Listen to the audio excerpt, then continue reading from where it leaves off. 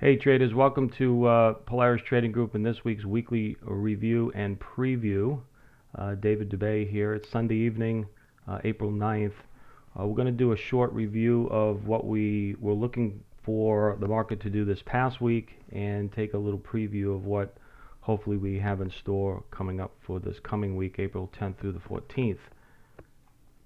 Before we do, I just wanted to highlight the disclaimers that Polaris Trading Group offers services and products for educational purposes on a subscription basis, and trading in futures and derivatives on futures is speculative in nature, as you know, and involves substantial risk of loss. Past performance is not indicative of future results. Now, this is our second weekly review and preview in association with Infinity Futures. And for those of you that don't know who I am, I'm a 30-year plus trading veteran of various investment banks and hedge funds, Shearson Lehman Brothers, United Bank of Switzerland, and some high-frequency hedge funds over the years. I was a market maker and listed in NASDAQ stocks, and I've traded index futures and various derivatives on the futures, and involved in various aspects of portfolio risk management. So with that said, let's go right to the chart, see what we were looking for this past week, and see how it played out. Okay, so what you should be looking at is a daily chart of the profile. This is the chart that we used last week in our inaugural preview video. And at that moment, we were speaking of the market up here at the potential wave 4, and what we were looking for was looking for an opportunity for early in the week the market to pull back to this rising 50-day moving average, which has shown to be fairly resilient. So what we have said in our previous video that you can watch on the Infinity website, we were talking about the prospects of a pullback, finding support at the rising 50-day, and looking for what we called a slingshot effect, right, back up past the wave 4 high and producing a new high.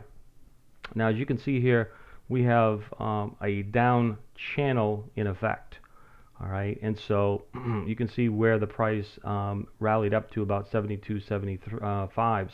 Now, for those of you that have been tracking the Fed announcements, what we call the yell, which is the day that is at actually the price level from which the day the Federal Reserve announces their decisions on interest rate, and that price level was at the 23.72. So we were actually looking for this slingshot effect back up to test the 23.72 area, and as you can see, I denoted that with a yellow dashed line here called the yell.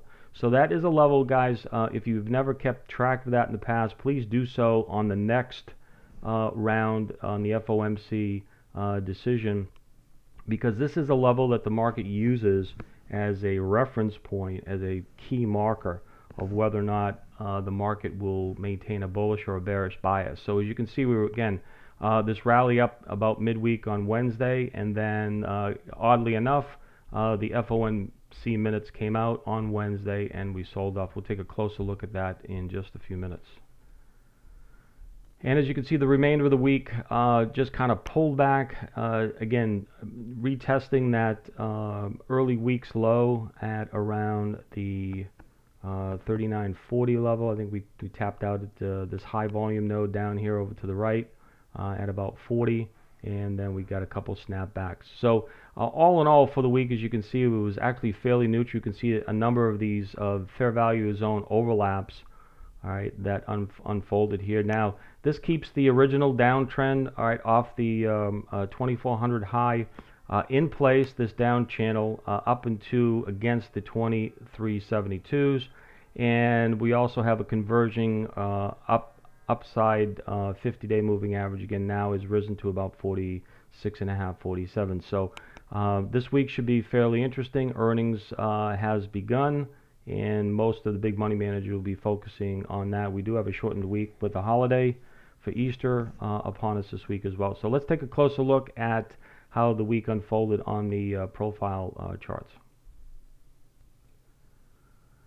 All right, so we got the profile chart up here. This is for this past week, and as you can, the first thing to kind of note here is pretty much everything was kind of in a range-bound type pattern here.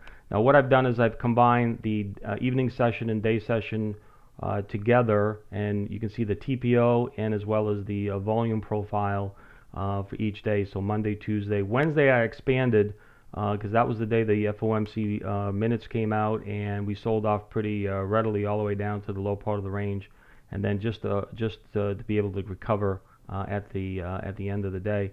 And then in terms of Thursday and Friday was really kind of a washout day, just kind of backing and filling over the past couple of days. So all in all, generally a overall neutral week.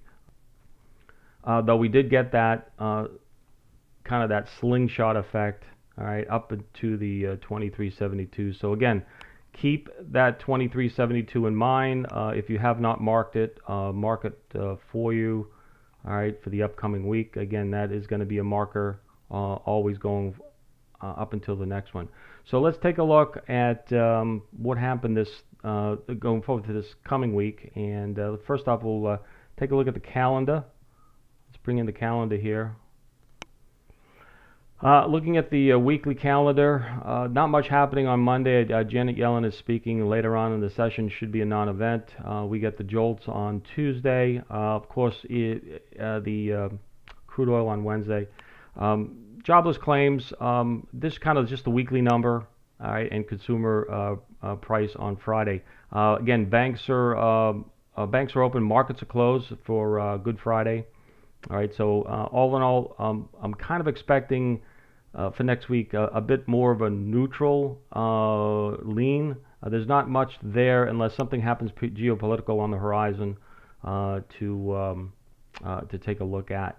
So let's take a look at, I'm going to combine, what I like to do is like to combine the profiles here. All right, very easy to do, all right, through Sierra chart. And what we can do here is take a look at the key levels for how the entire week played out, and what we can kind of take a look at for the upcoming week. So what you see here on the right hand side is the volume profile itself, and you got the TPO count for the entire week. So let's just taking a look at the volume profile here. Okay, this area denotes the value area, all right, for this past week. So one thing you want to do is make a note of that. All right, we'll just color it in gray here.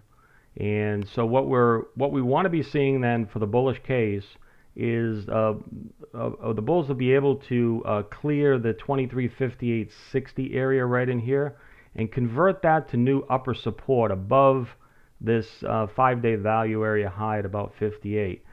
Should they be able to do that, then there's a good chance for them to come back up and retest those high near the 2372 yell.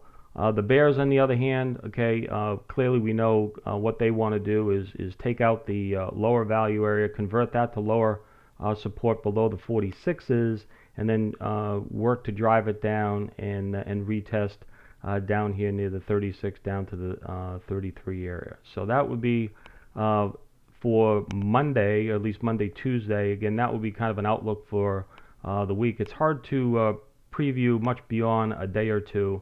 Markets are pretty dynamic. So what we do here at Polaris is we offer our members and subscribers a daily trade strategy, which we go into much more detail on a day-over-day-over basis. And feel free to check out that. What you want to do is perhaps come in and take a 14-day free trial. And there's the address at PolarisTradingGroup.com/free-trial. So come on in, take a free look, visit us for 14 days, and see a little bit more of what we do. All right, and lastly, be sure to contact your Infinity Futures representative or contact Patrick Zielbauer if you have any additional questions. And we look forward to seeing you, and good trading. Thanks very much. Have a great week.